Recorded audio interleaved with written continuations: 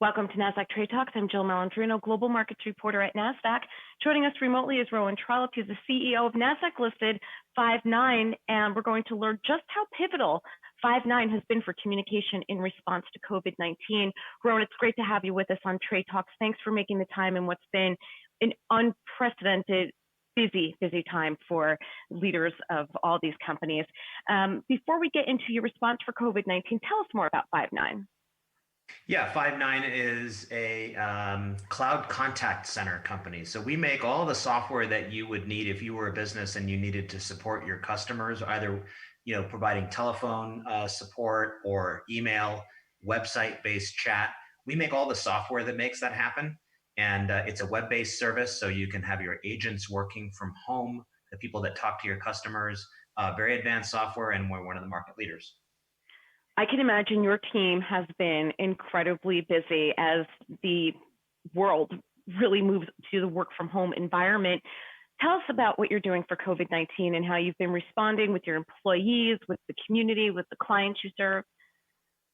Yeah, when this whole thing came down, we launched a fast track offer and we prioritized anyone that was doing response for COVID related relief efforts. So New York City, healthcare, for example, the SBA loans, team that needed to have a response line set up. So we were able to get them set up in some cases in hours, in some cases in days. And when we talk days, we're talking about having thousands of agents working from home. Gone are the days, when you say contact center or call center, what most people get in their minds is a big football field of cubicles and people with headsets on. Well, just since COVID hit, right, every company needed to transition to a work from home model. And with our cloud software, we were able to move, over 100,000 agents to work from home very, very easily. And that's because we're a web-based service. So it's just as simple as the agent has a computer at home and an internet connection, and that's really all you need. What do you think we look like on the other side of this? I don't think we're going to have this instantaneous rush back to the cities, back to the office, and that, if anything, it'll be deliberate, it'll be gradual.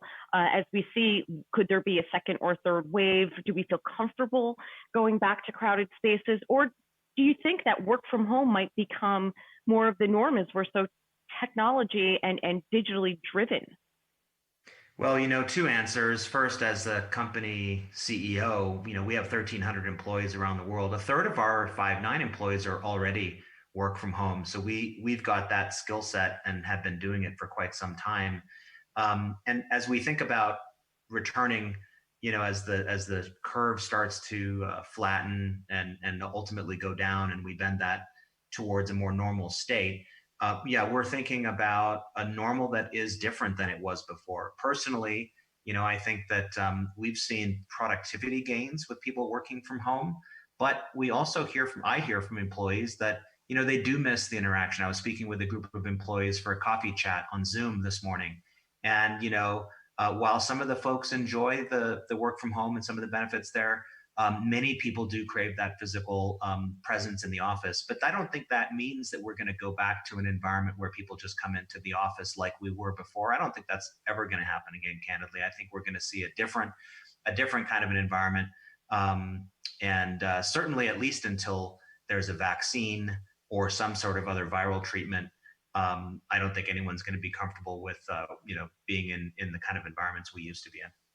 It's really interesting. I definitely miss being physically together. As someone who works out of a studio in Times Square, it's integral to what I do. But I will say, through Zoom and these other remote capabilities, I feel like I've been more in touch with my family, my colleagues, my friends at work, more than I ever have been before. And I think that's one of the good things to come out of it, that longer term, we physically might not be together, but I feel like this is the closest we have ever been.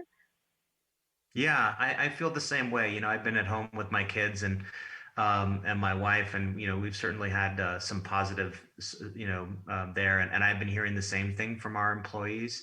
I think also, just from a flexibility perspective, if you go back to the contact center, the ability to work from home opens up more jobs to more people, because you've got stay-at-home, parents who are taking care of kids, and the ability to give them an option to be able to log into a web browser and take engage with customers on behalf of a business.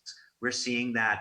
We were already seeing the beginnings of that before the lockdown. Companies like NextRep have 2,000 at-home agents, mostly stay-at-home parents who have flexibility to do that. They couldn't otherwise have a sort of in-the-office job. So I think, given the fact that we've got, 20 million now people filing jobless claims, we're going to have to leverage these technologies to give all the folks that are unemployed a way to get back to work.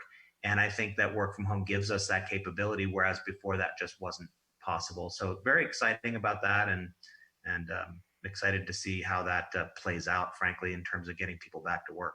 Yeah, that's an excellent point. I never looked at it like that. Thank you so much, Rowan, for joining us on Trade Talks. Thanks, Jill. All right, and thanks for joining me. I'm Jill Malandrino, Global Markets Reporter at Nasdaq.